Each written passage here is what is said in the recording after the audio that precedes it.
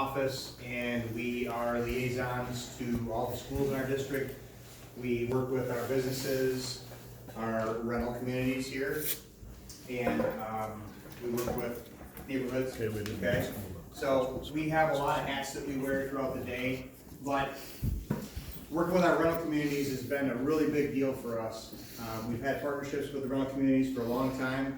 We learned early on that when we learned to partner with our rental communities, because we have 36 large multi-housing units in Saginaw Township, when we learned that we partner with the managers and give preventative tips for them, not only for crime on their property, but also how to better screen their residents coming in so that they may not bring in criminal element or problem with them, make sure that they actually pass background checks, that we don't have some underlying issues there.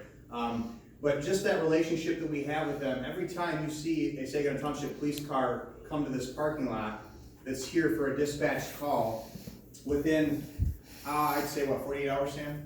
Within 48 hours, and usually within less than 24, the management team has a copy of that card filled out that the officer did, that has the 911 dispatch information, what unit they responded to, and a brief scenario of what happened. And then if a report was written, there's a report number written on that. We then make a photocopy of that report, and within that same time frame, management gets a copy of the police report. That's fast. Most communities, if you ask them about this, the police departments are like, you do what? We do things different here, but it's helped us. Obviously, we don't release information that is FOIA or Freedom of Information Act illegal to release. So we have my boss and his boss, so both my bosses, they're FOIA trained. So they go through and they have to use a program on the computer to black out things that you guys, as the public, wouldn't be able to see if you came and got a copy of the police report. Same thing with management, there's only certain things that they're allowed to see. So there's some personal information shared, okay? But obviously we understand that there are things that we can release, like the apartment complex the officer responded to, the unit number, okay? So management, they're gonna put one and one together, and there may be a name on there of a suspect. That suspect may be related to that unit somehow, they may know that name.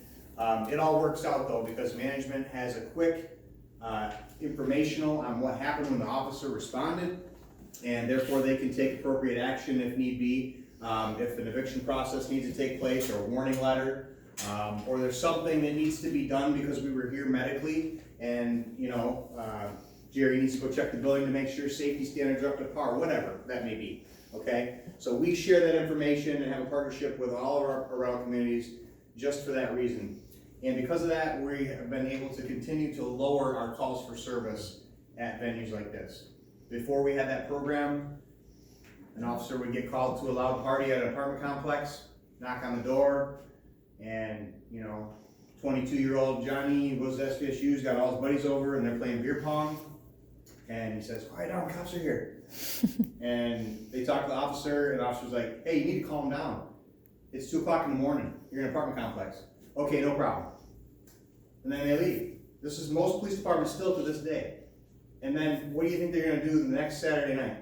Where are they destined to be? The same place, right? Tell them the same warning to the same group of people, because there was no consequences for the action, and management doesn't even know that occurred. It's 2 o'clock in the morning. They don't know the patrol is out here for a call for service. So if you think about it in that fashion, that's the little things that make the difference with this relationship, okay? It's based on partnerships, prevention, and participation. That's the 3 Ps we put into our partnership with the rental communities. Our partnership with the community itself, okay?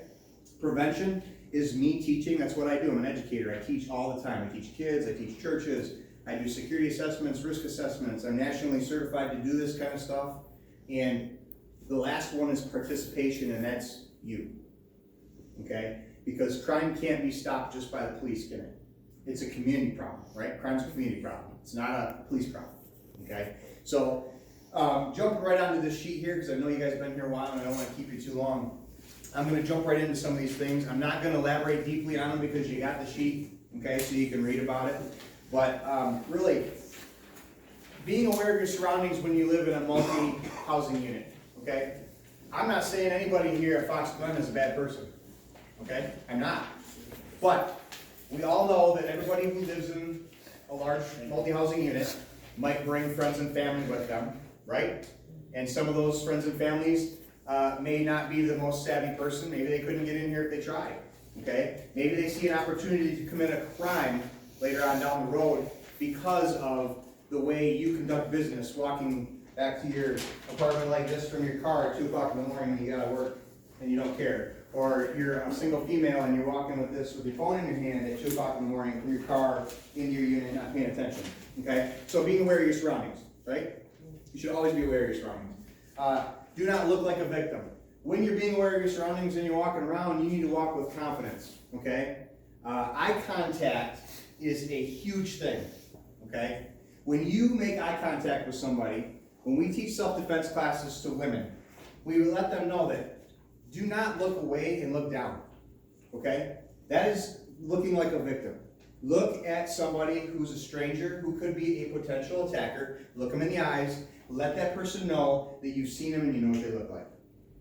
And also, when you're looking and walking with confidence, your shoulders should be back and you should be walking with a purpose. You should be knowing where you're going. You should be looking like a serious business. And if somebody's strange and don't feel right, you don't have to continue to that point if they're going to intercept you and it could be something could happen to you. You can always back out, do something different, take off running to where there's more light. You could say, stop, get back. That was really loud, wasn't it? But that's how we teach it. We actually teach people to jump and put their hand out and go, stop, stay back. Because you know what, if you don't know what they're all about and they're approaching you in a parking lot at night, are you going to be embarrassed in the morning when there was nobody there but you and him in the parking lot and you yelled at him? No, you're not. But it's really going to startle them. And if they're up to no good, they're probably going to bolt because they know that you're not the target they want. You know what I mean? Having a plan. You should really play out scenarios in your head. Okay? I know I'm a police officer, and we are really weird, okay? So we think about things like that. But I want you to be weird with me, okay? So there isn't a police officer in Saginaw Township, including myself, 20 years on the department as of January 13th, 25 years as a police officer since April. There isn't an officer on our department that hasn't gone on patrol around the Fashion Square Mall and picked out their locations on every side and corner of the mall for a shootout. Promise you. And I'm not saying this because that's where it's going to happen. I'm just giving you an example. We play scenarios out in our head, and that's mental training. So, as a civilian, when you're going to be walking to and from a location, you see something that doesn't look right, you should have already thought about this and had a plan of action in your head. If this ever happened to me, I would do this, this, or this based on the situation. You understand what I'm saying? Just having a plan in your head, playing it out, okay, in your head as something bad possibly happening, and what would you do? And the reason we do that is because just when you think about it, mental training itself is training your brain to react in a crisis situation. We've all heard of fight or flight, right? Okay? We have a human brain and a lizard brain. In a moment of crisis, your lizard brain starts to take over. And your lizard brain gives you the options to fight or flight. Okay? When you train mentally your head and you think about things and something happens similar and you've already thought about what you're going to do, you're helping yourself because you're injecting your human brain into what the lizard brain would normally tell you to do. Either fight the person or run for your life. But now you're thinking. You've actually played it out in your head and you've made a plan. If this ever happens to me, I'm going to do something like this. Okay? I know I'm not crazy. I'm serious. Just do it. It's a good idea. Trust your gut. Women's intuition. Women's intuition is usually on 75% or better. Men's gut instinct is about 50-50. Sorry. I'm reminded of that a lot. But really, if the hairs on the back of your neck stand up, that is a gift given to you by your Creator. Okay? That is a spontaneous reaction that your body is going through. Call it gut instinct, intuition, instinct, whatever you want to call it. Okay? But if that happens to you, that's the time for you to stop, rethink what you're doing, and maybe back out. okay? If you're a female and you're shopping by yourself, it gets darker earlier now, you come out of Meijer, and you had parked about 12 cars deep. And all of a sudden you walk out and you can't see your car because there's this huge, rusty, scary looking van parked next to it. And it looks like somebody sitting in the driver's seat. And you can't see your car because the van's between you and your car. And you're by yourself. What kind of options do I have if I'm a female in this thing? Go back to the store. Did you know that there isn't a store that I know of that doesn't offer escorts to your vehicle upon request? Because guess who would be liable if you asked for it, something happened on their property? They're already gonna be liable, but they're gonna be 10 times more liable if you came in and said, hey, something don't look right out there, can somebody walk me to my car? And they're like, man, we got cans to do, get out of here. So that's not gonna work. So yes, if you need assistance, that's one option. Back out, right? Rethink it, make a different choice. Go ask for somebody to walk with you. The other thing is, hey, 911, that's my phone number. I don't work nights, but I got a lot of brothers and sisters that do. And we respond to calls 24/7, 365. Our front office isn't open 24/7, 365, but the police department is always working, okay? And so if you put a call into 911 for a suspicious situation, even if it's something as simple as that, trust me, we will be glad to come and help. And what is waiting 5-10 minutes? Not a big deal, right? If it means safety, okay? Report suspicious activity to 911.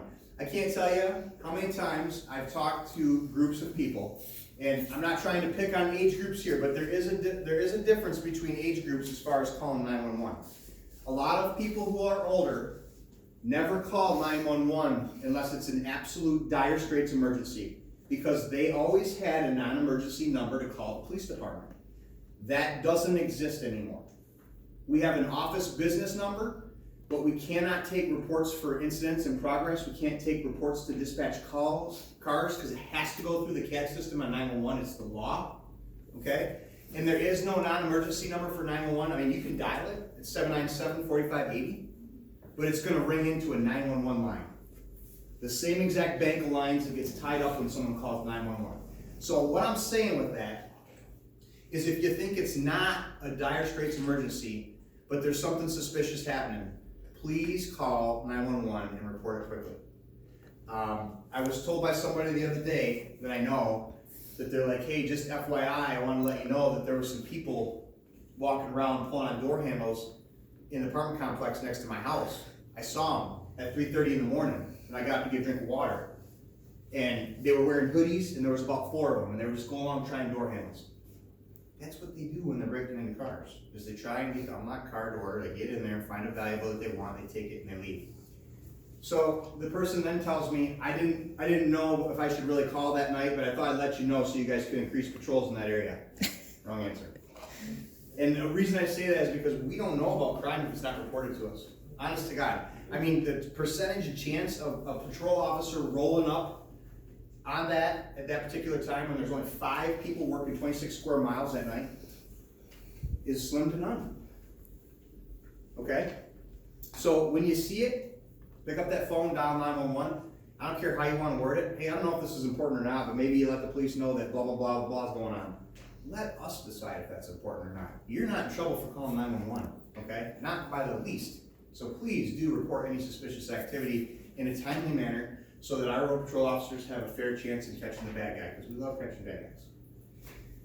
And the last thing here on this list is lock it or lose it. It's a campaign we've had since 2011, okay? It's been successful. 2018, we hit our lowest ever larcenies from auto. So what we say is, if you love it, lock it up or lose it. So what we ask is the 9 p.m. routine. If you follow our police department's Facebook page, we have the 9 o'clock routine. The 9 o'clock routine is make sure that your valuables are out of your car, that your car doors are locked. And if you have low wattage lighting at your house or apartment or whatever that you want to leave on, then leave it on. Criminals do not like light, they do not like noise, and they do not like being seen by other humans. Okay, that's a fact. So lock it or lose it. Don't leave your car unlocked. If you have valuables, bring them inside. And God forbid, I would be totally remiss if I didn't say this, but if you are a CPL, licensed CPL holder, or you carry a firearm on a regular basis, do not leave your gun in your car, okay? We average probably 4 or 5 larcenies of handguns a year in our community. A lot of times we get them back when we catch these guys, or they try and sell them, and we have undercovers that work and buy guns undercover, and we get them guns back, but don't leave them in your car. And a prime example of that is Officer Jeff Koenig, who was shot in the face on a traffic stop back in January, a year ago this January. He was shot in the face with a stolen handgun from a car that was left unlocked, okay? So that really hits home with me. Please do not leave firearms in your cars. Whether they're locked or unlocked, please take your firearm out and secure it inside of your residence, okay, or on your person. The other thing that I was just going to touch on real quick is I passed out a couple of sheets there. And the sheets are reporting suspicious activity, elaborates a little bit deeper on that, okay? It kind of goes through the things that you should be prepared to cover with the 911 dispatcher when you're on the phone with them, okay? Kind of the who, what, when, where, why type stuff, right? We don't elaborate, only tell the facts. So if you see something, suspect that's pulling on door handles, wearing a white hoodie and white jogging pants, then that's what we say. We don't know what color skin they are because they got the hoodie up and we can't see their hands. We don't report them as being a white male, black male, Hispanic male. We just report the facts only, okay? So that's really important. And the information that you give to Central Dispatch is usually being relayed in real time unless there is a massive amount of call volume going on. So at 2 o'clock in the afternoon or 4 o'clock in the afternoon, there's a massive amount of call volume going on. And if you call in a suspicious person in the afternoon, it might take a minute to get that broadcast out to officers. But I guarantee you, if you call at 2 o'clock in the morning because you look out your park window and you see people falling on door handles with hoodies on, and you call 911, that information is being relayed in real time, and there will be an officer here with his lights out coming into this complex or walking in on foot parking in one of those lots over there because we love to catch bad guys at foot of that. Really quick, like within 2 minutes. And gives us a chance to catch the bad guys, right?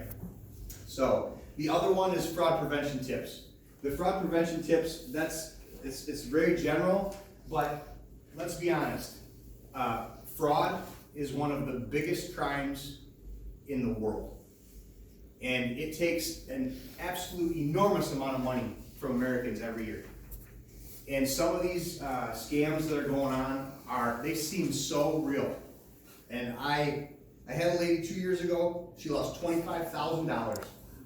Oh. $25,000.